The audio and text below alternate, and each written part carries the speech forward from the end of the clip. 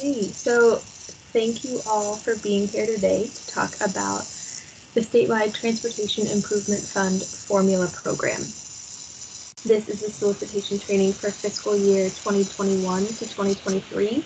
My name is Nancy Charles. I'm the new STIF Formula Program Coordinator. I'm here today with David Graff. Hello everyone, I'm David Graff. I'm the Statewide Transportation Improvement Fund Coordinator, so I do all the budgety things for formula and the discretionary projects. We're here with Brian Ross, who's here to provide technical assistance. Brian created the STIF plan and Public Transportation Service Provider project applications for us incognito, so he'll be available to help answer questions related to the form itself. Mark Bernard, Regional Transit Coordinator for Region 2B, is also here to help us monitor questions in the chat. You'll likely hear from him a little bit later.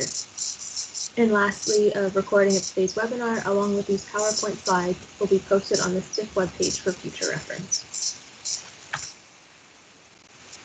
We've tried to mute everyone today upon arrival, but if at any time you notice that your microphone is still on, please mute it manually to help us reduce background noise. We will pause at the end of each section to address questions submitted through the chat box, but there will also be time for a general Q&A at the end of our presentation. We'll do our best to answer questions of statewide relevance during the webinar, so if you have a specific question related to your agency, please get in touch with us after the webinar, and we'd be happy to talk with you more then. These are the main topics that we'll be discussing today. First, we'll take a closer look at updates to the 21-23 STIF formula guidance document. Next, I'll open both the STIF plan application and the PTSP project application incognito and walk you through the changes we've made to each form. David will then provide an overview of our policies and expectations around compliance and consistent spending. And finally, we'll wrap up the day with a general Q&A. Today's webinar will mostly highlight what has changed in each of these topic areas from the 1921 biennium to now. However, we understand that some of you may be new to your positions, so if there's any step in this process you'd like more clarity on than what's provided in the solicitation materials, please reach out to myself, David Graff, or your RTC after the webinar for more information. So first up is a review of the 21-23 STIF formula guidance document. You all should have received a Gov delivery notice early last month that this guidance was published. If you still need access to it or to the STIF plan application, please visit the Public Transportation Division's Funding Opportunities page, where you'll find links to both these items. Before jumping into this topic, I do just want to say that we really appreciated your feedback on the STIF formula solicitation and application materials that were used in the 2019-21 biennium. I think that collectively, we've all learned a lot about this program during its first solicitation cycle. And so our hope for this upcoming biennium is that we have lessened the administrative burden for you all by editing these materials to make them easier to use and understand. So the 21-23 guidance document is broken out into two parts. The first section is called Formula Funds Overview, and the second is called Application Information. The topics listed here that I'll elaborate on over the next few slides will cover the Formula Funds Overview section. We'll discuss the Application Information section later in the webinar as we look at the STIF plan application itself. So now let's talk about what has changed. To start, the introduction has been edited to include information on Senate Bill 1601 for historical context. This bill allows STIF formula funds to be used for preserving existing transportation services. If you have a 1921 STIF plan, you're probably familiar with this already since we issued supplemental guidance a few months back on how to accurately report on these projects in office. The intent of this amendment is to address some of the negative fiscal impacts that COVID-19 has had on your agencies. However, it's important to note that STIF formula funds could be put towards service preservation starting in the 21-23 biennium anyway, since the improvement and expansion projects that were started in the first funding cycle will likely need to be maintained moving forward. Next, you will see that we've added a sample timeline to the guidance that highlights the major steps in STIF plan development and approval. I know that a number of you are new to your positions, so hopefully this helps you to see the big picture and keep track of all the moving parts. So from about September to now, qualified entities should be working with public transportation service providers on a sub-allocation method and to solicit project ideas for the STIF plan. Qualified entities at this time should also make sure that any local plans referenced meet the necessary requirements. And at this time, qualified entities should also be forming STIF advisory committees. Around January to February, those STIF advisory committees will be reviewing and recommending a prioritized list of projects. The qualified entity's governing body will then adopt the STIF plan, submitting it to ODOT using the Cognito form. And just a reminder, those STIF plans for the 2021-23 biennium are due to us February 1st at 5 p.m. So once those STIF plans have been submitted, ODOT staff will review all plans for completeness before sending them to the Public Transportation Advisory Committee, or PTAC. PTAC will then review all plans and make recommendations to the Oregon Transportation Commission on whether to approve or reject the STIF plan. Sometime between May and June, the Commission will review the plans and decide whether to approve or reject each of them. ODOT staff will then notify qualified entities of the Commission's decision, and approved STIF plans will become effective on July 1st, 2021. So that's a pretty brief overview, but I do want to emphasize again that this is just a sample and that this timeframe may vary depending on local processes. Information on reporting accrued and expended interest is also new to the guidance document. In short, accrued interest must be reported annually, preferably as part of your annual financial audit. By contrast, expended interest must be reported on the SPR, or STIF plan report. This interest can be spent in the same STIF plan cycle that it is earned, and may also be carried forward to be spent on approved projects in a future STIF plan. Next, let's talk about updates to the Oregon Public Transportation Plan Goals section. So for those of you who worked on and submitted a STIF plan last biennium, you may remember that for each project on your STIF plan, we asked you to select the goals that apply to that project, and then asked you to select all of the policies that apply to that specific goal. One piece of feedback that we received from many of you is that this section became far too unwieldy as the application went on. So for the upcoming STIF cycle, we've removed this section from the application itself, and instead asked that you familiarize yourself with the Oregon Public Transportation Plan in order to select the goals that most apply to each of your STIF plan projects. To help with this, each goal is elaborated on in the guidance document, and we've also provided help text on the STIF plan application itself, referring you to page 8 of the OPTP for more information.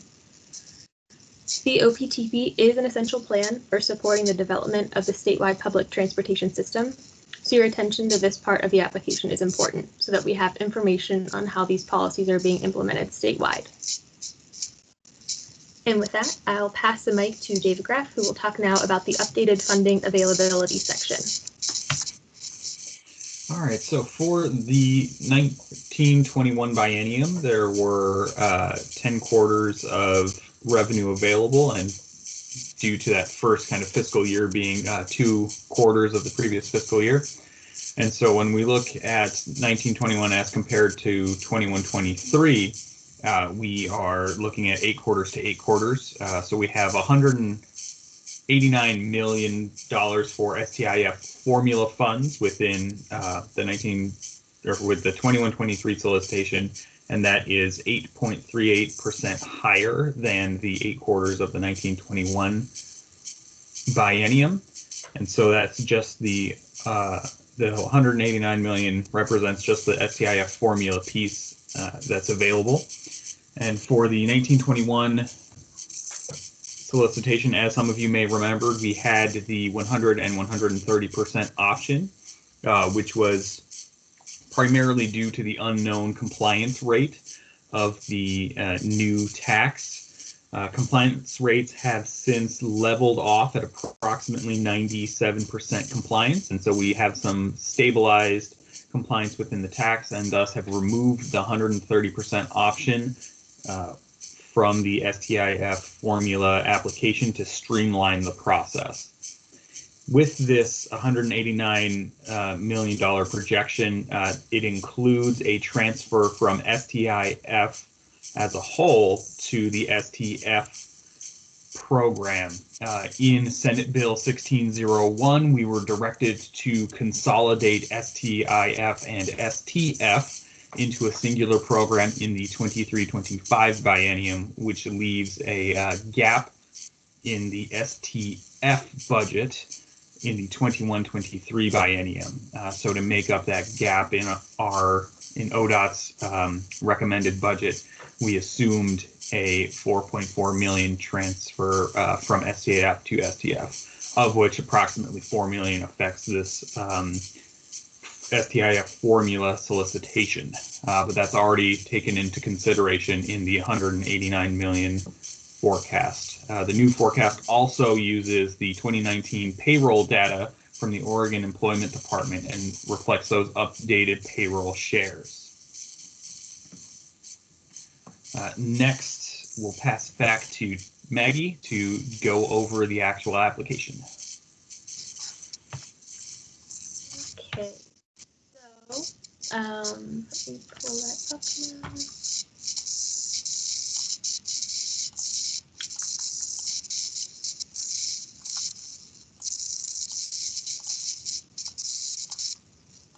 Okay, so this is the updated STIF plan application.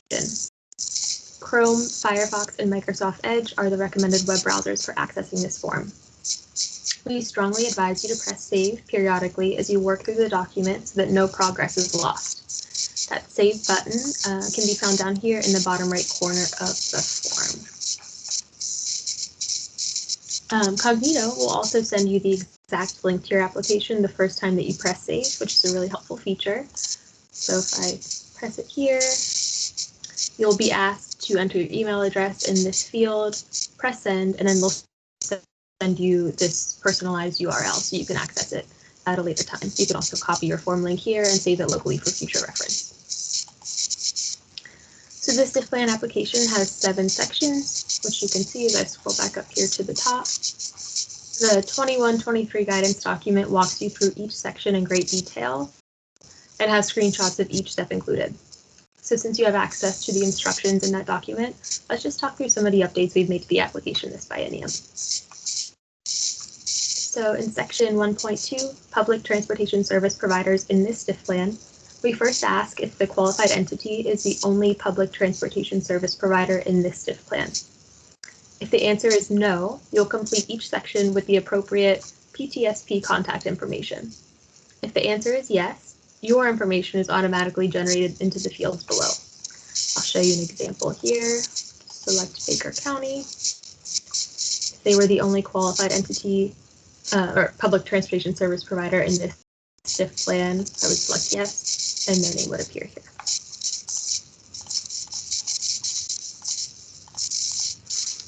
Okay, so I'm going to skip over some of these sections that are fairly self-explanatory and that also haven't changed since the last cycle. But I do want to point out that we have increased the character limit in some of the fields so that you can provide us with as much detail as you'd like without getting cut off. So in section 5.1, period covered by STIF plan, you'll be asked to enter the start and end dates for the STIF plan period.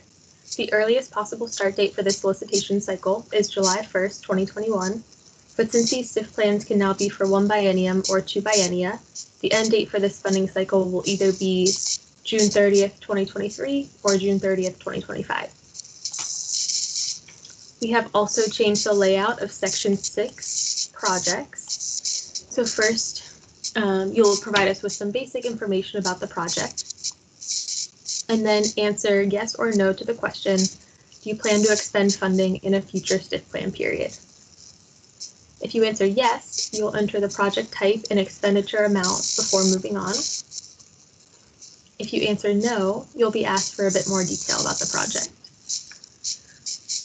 So first, we want to know what percentage of the project budget is for improving or expanding service.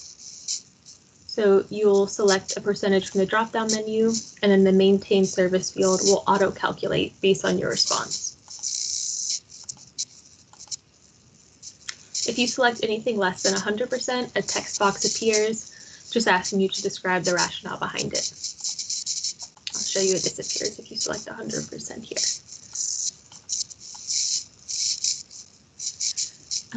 So section 611, project scope, is where you'll tell us about each task associated with this project. We've included some sample descriptions below the text box to help you with your response. And then you'll just select the category that corresponds with this task. When you do, other text boxes might appear asking for a bit more detail about that specific category.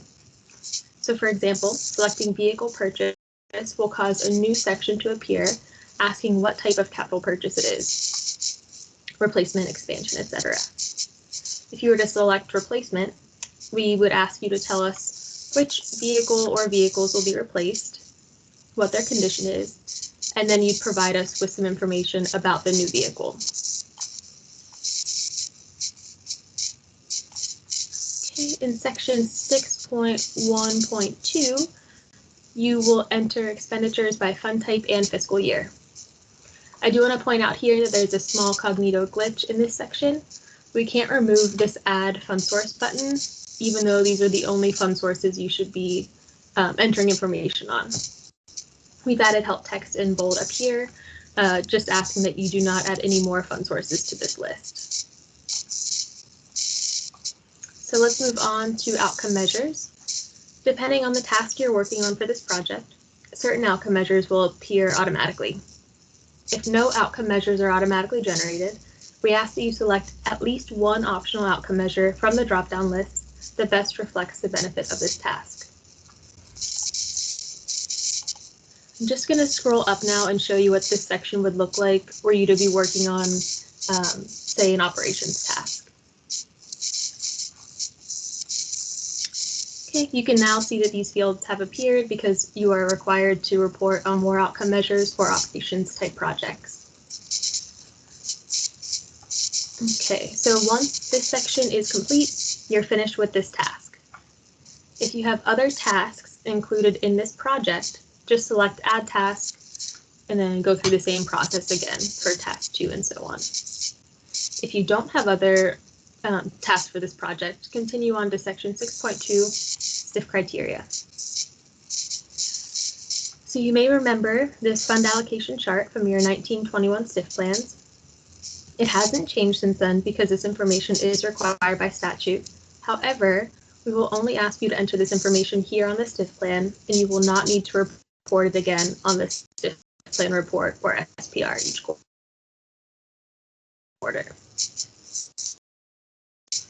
We just ask you to use your judgment of the project's funding meet each of the applicable criteria. I won't talk about this Oregon Public Transportation Plan goals section since we discussed it in previous slides. So we're on to the review in section 6.4, project summary. Just make sure that everything in this box looks correct for your project. And then if you have more projects to add to your STIF plan, you'll select this orange Add Project button and follow the same process for each subsequent project.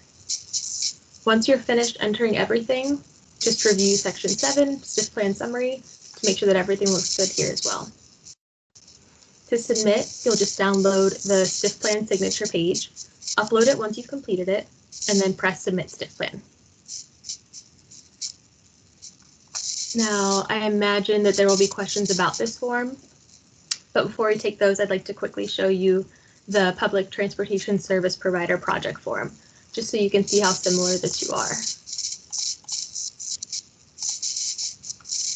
Okay, so this optional template may be used by a qualified entity at the qualified entity's sole discretion to accept formula fund project applications from PTSPs.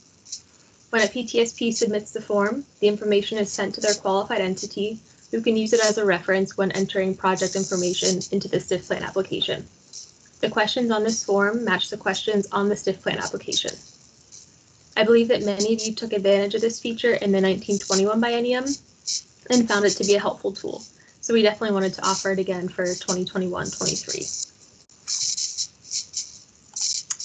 Okay. Okay, and with that, I'm going to pass it back to David to talk about compliance and consistency.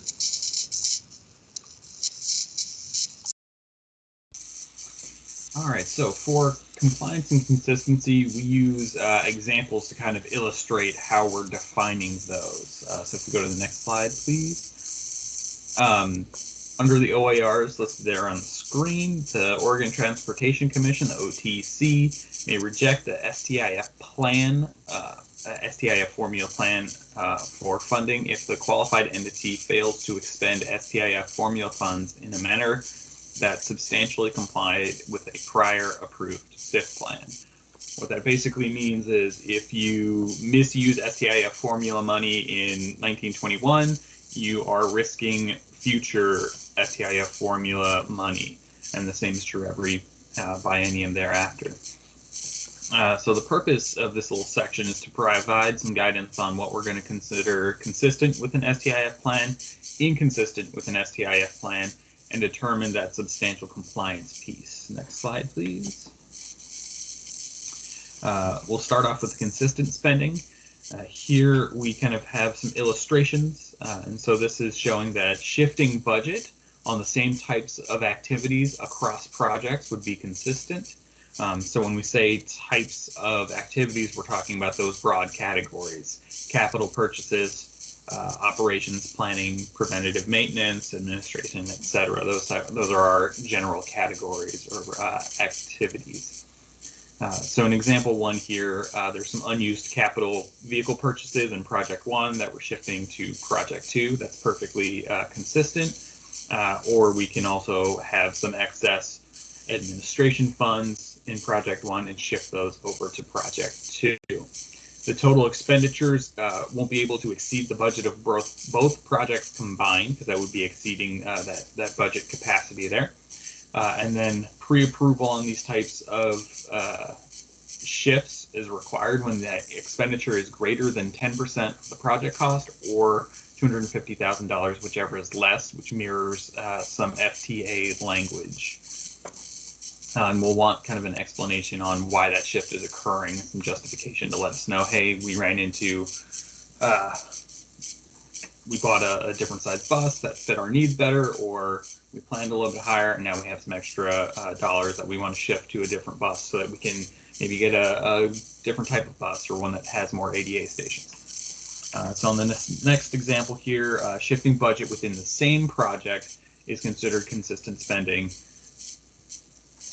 Again, so we're looking at shifting within the same project. So this is going across activities. So those capital vehicle purchase dollars, again, you purchased a bus, came in a little bit under budget, and now you have a little bit of excess budget that you want to apply somewhere else, like maybe administration or additional operations.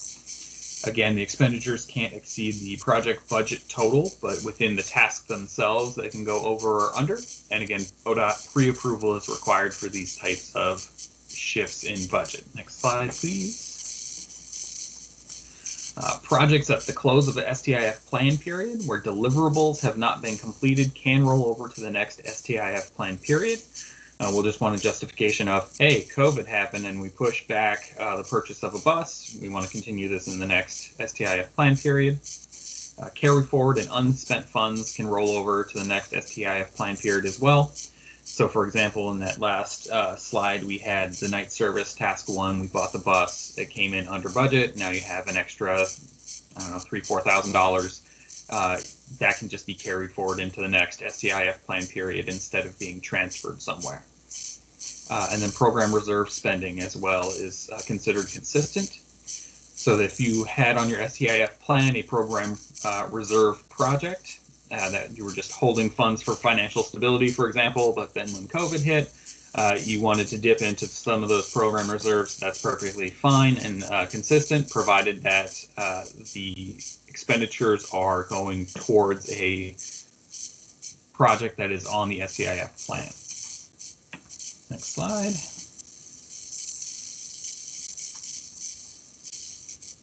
Okay, so debt payments are acceptable and consistent spending, provided that the project outlined in the STIF plan specifically lists that debt was used for the procurement. So, for example, if a qualified entity or a PTSP is getting a new facility and they issued a bond for that facility, STIF could be used to make payments on the bond if it's specifically noted, hey, these are 4 bond payments of this facility. Delays in project spending within the STIF plan period are consistent. COVID happened and set a lot of plans awry. When we're looking at delays, we want to ensure that at least 1% of the total expenditures support student transportation in grades 9 through 12 for every fiscal year. Again, that's if practicable as determined by the OTC. So we'll keep an eye on those types of expenditures. Shifting budget between QEs and their subrecipient PTSPs, as well as shifting between individual PTSPs. So for example, if we go back to that first slide for consistent spending, we showed moving budget from project 1 to project 2. If project 1 is QE and project 2 is a PTSP, that's perfectly consistent, provided that both the QE and the PTSP agree to that transfer. And then the last thing here is spending on STIF formula fund interest. So if the QE has accrued some interest on the STIF formula funds and they want to use that for some expenditures, it's a lot like the program reserves. You just let us know which STIF project that those funds are going to support. And that can be within the same fiscal period, so 1921, in which the fund interest is accrued. So next we're going to talk about some inconsistent spending. So the first is going over your entire STIF plan budget. With all of the transfers that are applicable within projects, task to task, and between projects, there's that variability where individual tasks and individual projects can go over budget, but the overall STIF plan as a whole cannot be over budgeted.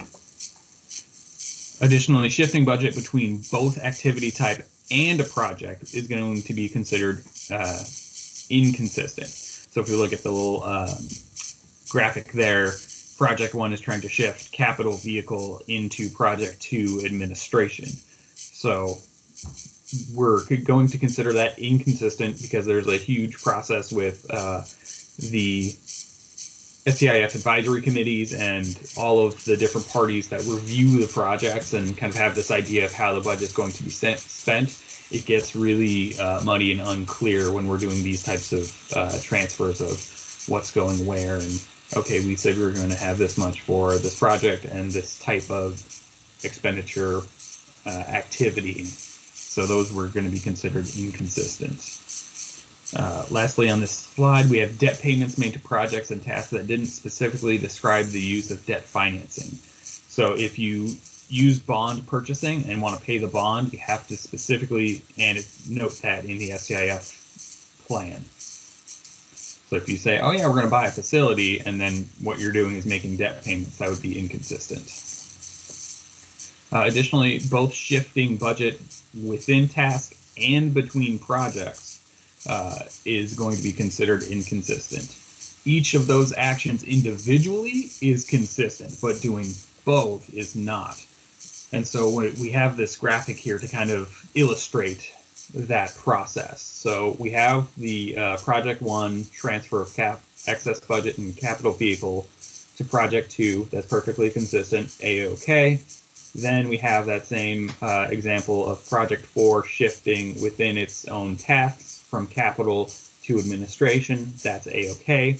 Then after that, if the QE or PTSP wants to shift additional budget from project 1 administration to project 4 administration, that would be inconsistent. Now, the shift between projects from administration to an administration in and of itself would be considered consistent. So the action in number 3 there is consistent, but if it's done in conjunction with or following arrows number 1 and 2, that's when it becomes inconsistent. And again, that ties back to the advisory committee oversight and input, and the OTC and PTAC. All of those different agencies are going, yeah, this is the plan we support. And when too many of these transfers occur, it tends to deviate from that plan quite a bit. Next slide. And lastly, we'll talk about the compliance piece. So these are the 4 areas in which failure to complete any of these actions will result in a determination of STIF plan non-compliance. That's when you will get a letter from the compliance coordinator, David Schwert, and need to set up a plan to address those kind of issues that we can work towards a resolution and ensure that these types of activities can be met. So the first one on that list there is that 1% of expenditures to student transportation, grades 9 through 12. Again, that's if practicable, as determined by the OTC. At least one project that benefits low-income households over the STIF plan period. So there has to be at least one project on the STIF plan and with expenditures going to that benefiting low-income households, and that's within the period. So the first one's at the fiscal year level, the second one is through at the plan period level, which is the biennium. Thirdly, all reports are complete and on time over the STIF plan period. So those reports are the SPRs, the audits, the budgets, all of the other things that ODOT has that are required for the reporting. So like the low income impact, the low income mitigation statement on an annual basis is another report. And lastly, providing documentation that supports STIF plan expenditures. Those would be the ones that are attached to the SPR for justification of expenditures. And we do have a handout that we can send out that kind of outlines what those expenditures are.